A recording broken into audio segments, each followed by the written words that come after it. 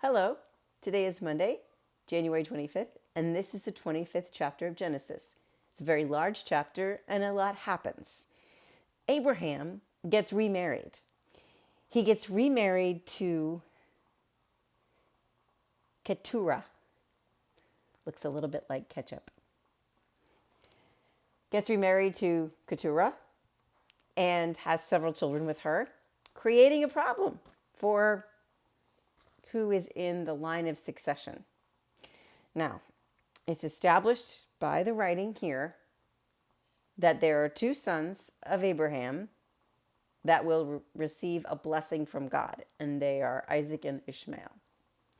Of course, the blessing for Isaac is considerably different than the blessing for Ishmael, but then apparently Abraham has all these other children by the other wife, and none of them are to receive, they get gifts while he's alive, but not anything after he dies. So the next part of the chapter is, of course, Abraham dies. Abraham dies, and guess who buries him? Isaac and Ishmael, his two sons. So they come together to bury their father, and then after that, we get the priestly voice letting us know who the descendants of Ishmael are. It's very important establishing that Ishmael, this is the land he's inhabiting, Arabia, Assyria. It's mentioned differently in different translations. This is where Ishmael is, and this is where his land is being planted. Of course, Ishmael being the child of Hagar, the Egyptian, that was the handmaiden of Sarah, and was given to Abraham by Sarah so that she might conceive a child. Ishmael, the firstborn of Abraham, but not the birthright, because he was not born of Sarah, the rightful wife. So that's how the Bible tells that story. However, Ishmael has legitimacy in his parentage and is included in the burial, and it's included with this great anthology of, or genealogy of, where he's come from, who his descendants are. And Abraham lived for a long time, and he died at 175 years old, and everybody was around him, and he just passed on. Same thing with Ishmael. It was 130 something, but he passed on the same way. And then we get the narrative of what happens in Isaac's family. Isaac doesn't bear too greatly in the storyline. A lot more story is around Jacob, his son. So Isaac is sort of like a filler figure. You got a lot of Abraham and a lot of Jacob, and Isaac is sort of there in the middle. Isaac is promised for like 5 chapters before he's born, but there it is. So Isaac has 2 sons. When Rebekah is pregnant, she feels the children fighting in her womb, and there is a theme of sibling rivalry throughout.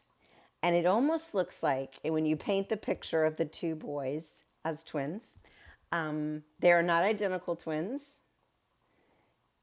It is Esau, who is just kind of naturally big, brawny, strong, healthy, capable.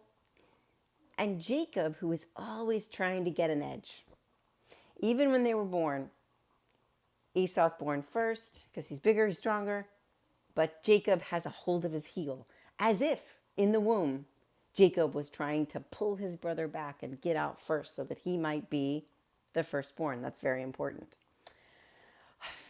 Turns out he doesn't stop that, trying to be the firstborn, because later in life, when Isaac favors Esau over Jacob, and then like in the postscript almost, it looks like Jacob was Rebekah's favorite.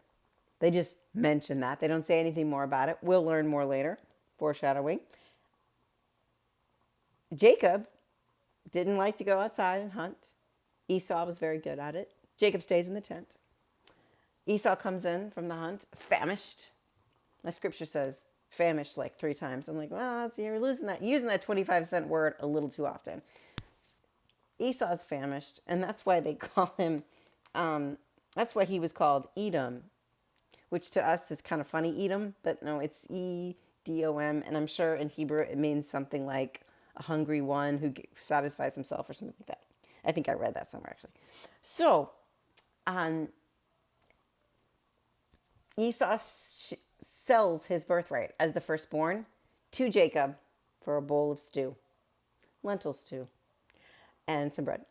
So you may wonder, like, what? How could you negotiate a deal like that for some bread and some soup? I don't know. I don't know why this story is told this way. Very odd kind of thing. Like, the birthright is not that arbitrary. It's not something that somebody would give away that easily. Why couldn't Esau get his own soup?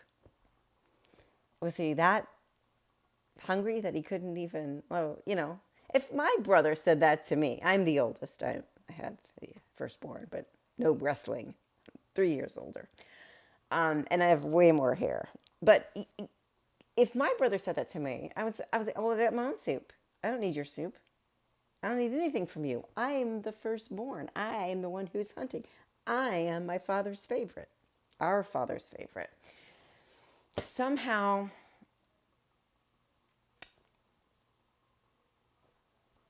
Esau, and he almost seems like, Esau almost seems like he's not as bright, maybe. Like Jacob at every turn can outfox him.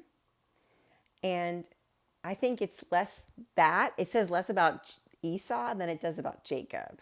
I think Jacob is conniving and crafty and ambitious.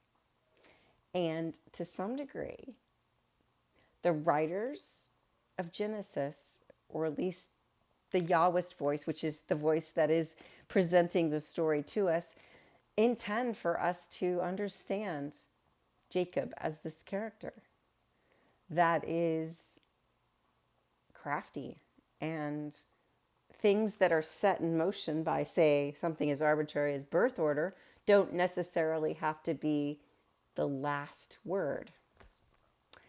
And so I think that's interesting as we look at how early Jewish communities were formed, especially the ones after the Babylonian exile, under this understanding of the way Jacob, who will soon be known, this is again I've read ahead, Israel, his name will be Israel, is this multifaceted character. He's just not one thing. He's not this because he was born here and born in this lineage and this and this and this. He is that, but he's also what he makes of himself. And the same thing could be said of Abraham, and the same thing could be said of Noah, and even of Adam. You got to tweak it a little bit. But I think that you can look at the ancestral narratives of the fathers of Israel and see that they have been on a path that has been legitimated by other external forces, but they've also made choices in their life and have directed their path in such a way that has gotten them to where they are. And so I think there's an emphasis in the community on this kind of, I guess, way of being, encouraging our children to not just say, oh, you're the middle child and you have to act this way because of family systems theory. No, you have choices. You can do this or this or this, and you can make a path for yourself in your life. And so let's not look at Jacob as this terrible brother who bargained his way, into the birthright by abusing the hungriness of his brother. And let's not look at Esau as this addle-minded hulk of a man. Let's look at it in terms of the way we can choose to change the way things are and make our own destiny, sort of. But it's really a combination, because Jacob wouldn't be Israel without Isaac as a father and Abraham as a grandfather, because that's part of the story, right? And so it's sort of like both and. It's like you make your own life, but you also have to be born into the right family. And that's Genesis. That's the Pentateuch. That's the Torah. We know from Christianity that you make your life, and it also matters who your father is.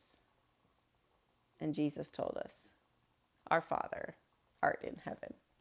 And so it's a little different than what the understanding was about patrilineal heritage from the Hebrew scriptures than it is for Christians understanding that the God of the universe is apparent to us, is adopting us, engrafting us into the life of his, or of God's reign in the world.